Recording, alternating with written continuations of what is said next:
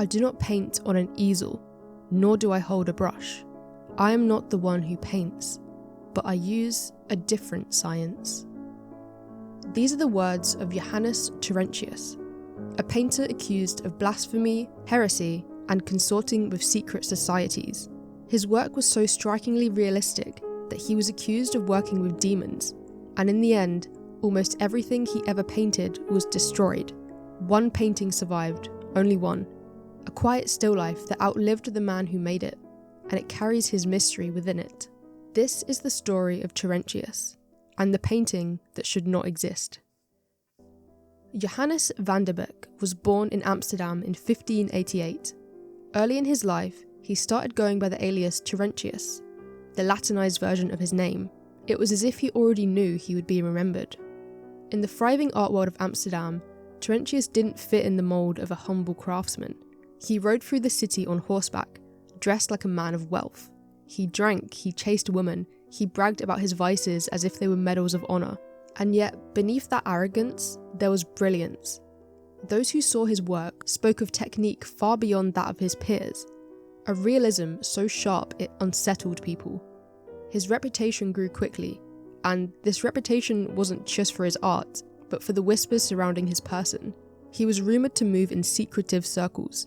He challenged priests in conversation. He spoke too openly about things polite society avoided. Some said he was a Rosicrucian.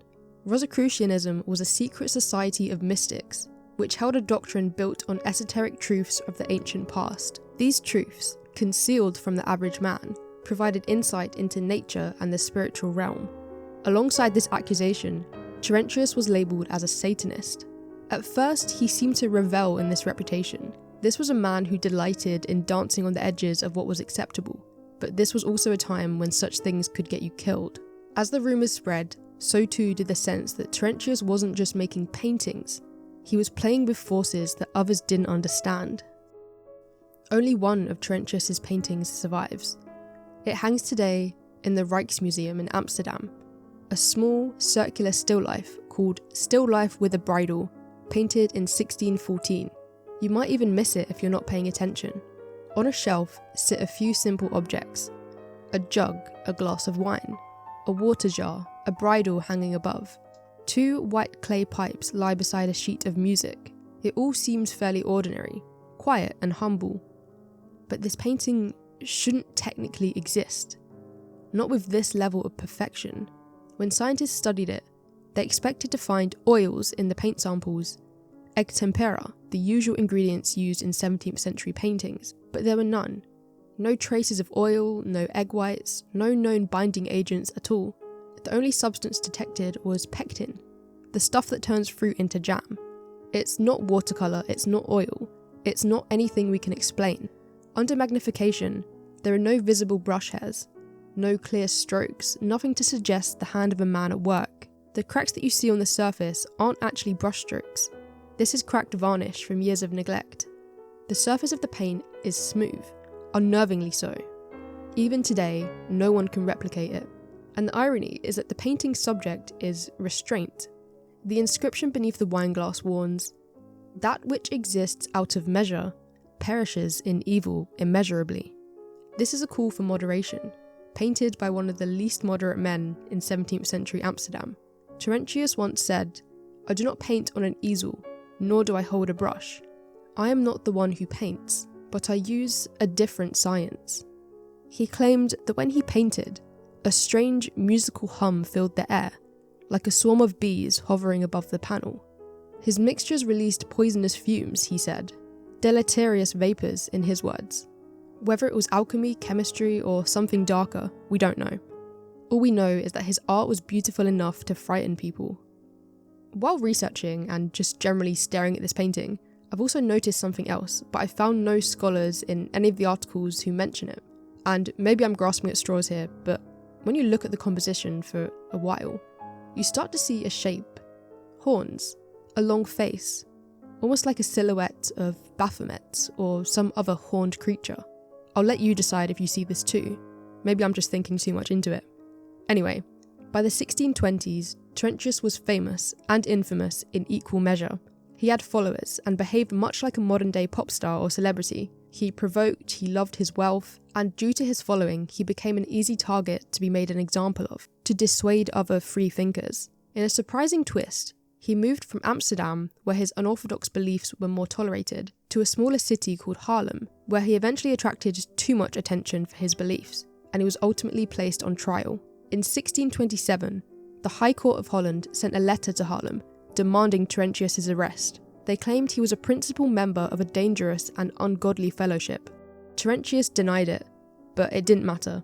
Officials raided his studio, cataloguing his paintings. There were scenes of nudes in sensual poses, allegories that blurred the line between sacred and profane. It was enough to condemn him in the eyes of the law. What followed wasn't really a trial, it was more like a purge. Torrentius was arrested and confined to a cold, damp prison cell. His trial was very unfair by modern standards. He was interrogated 5 times. He was tortured repeatedly, first with a Spanish boot, which crushed his shins and ankles. Then he was hung by ropes, with weights tied to his feet until his joints tore apart. His treatment was so horrific that even the torturer himself is said to have taken pity on Torrentius. Through it all, Torrentius barely spoke. He never confessed. Witnesses said the only words he muttered were, "Oh my Lord," and "Oh my God." In the end, he was found guilty of blasphemy and sentenced to death. This was later reduced to 20 years in prison, but at 39 years old, with horrific prison conditions at the time, 20 years was more like a life sentence. Just when it seemed Johannes Torrentius would vanish into a dungeon forever, an unexpected hand reached out from across the sea. King Charles I of England, an avid collector of art and science, had heard of the Dutch painter's unearthly talent, and for reasons still unclear, he demanded Torrentius' release. The Dutch authorities agreed, and so the broken man, with his shattered bones and mind, was freed. He sailed to London, summoned to serve the royal court. It should have been redemption, but once he arrived, he disappeared into silence. There are no surviving records of his work in England. No letters, no commissions, not even a mention from the king's inner circle. There's only one single cryptic line, written years later by Horace Walpole. He gave more scandal than satisfaction. Torrentius left no trace in England, and eventually he returned to Amsterdam. At this point, he was a frail, haunted man. He died in 1644 in his mother's house, and with him, his secrets died too. All of his works were destroyed or lost, including the still life with bridle. For 200 years, Johannes Torrentius was a name without a face. His works were gone, his legacy erased. None of his paintings were mentioned at all in the 18th and 19th centuries. Only a few scraps in old court records hinted that he had ever existed at all. Then, in the early 20th century, a Dutch art historian named Abraham Bredius became obsessed with the mystery. He pieced together what little remained, sorting through letters and records, discovering the legend of a vanished painting once owned by King Charles I. He published a book about Torrentius, relying only on written descriptions, as no one had seen a single work by him in centuries. And then, the impossible happened.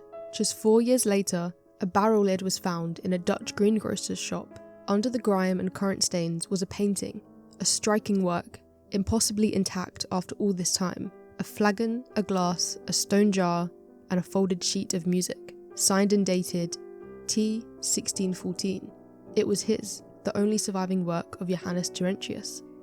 Today, it still hangs in the Rijksmuseum, like a message from a forgotten world. This one image is the only remaining piece of Torrentius' legacy. It's heartbreaking in a way, because we know that he painted for all of his life. We lost so many masterpieces when his studio and his works were destroyed. It's easy to speculate with so little information available and so much mystery surrounding Torrentius' work.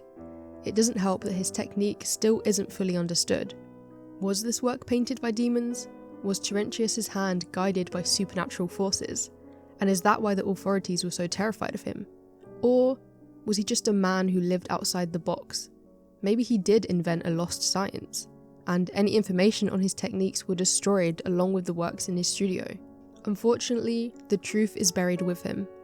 All that remains is one impossibly perfect image, and until another Torrentius painting is found, we can only stare into this masterpiece and wonder what exactly he saw or what he witnessed when he created it.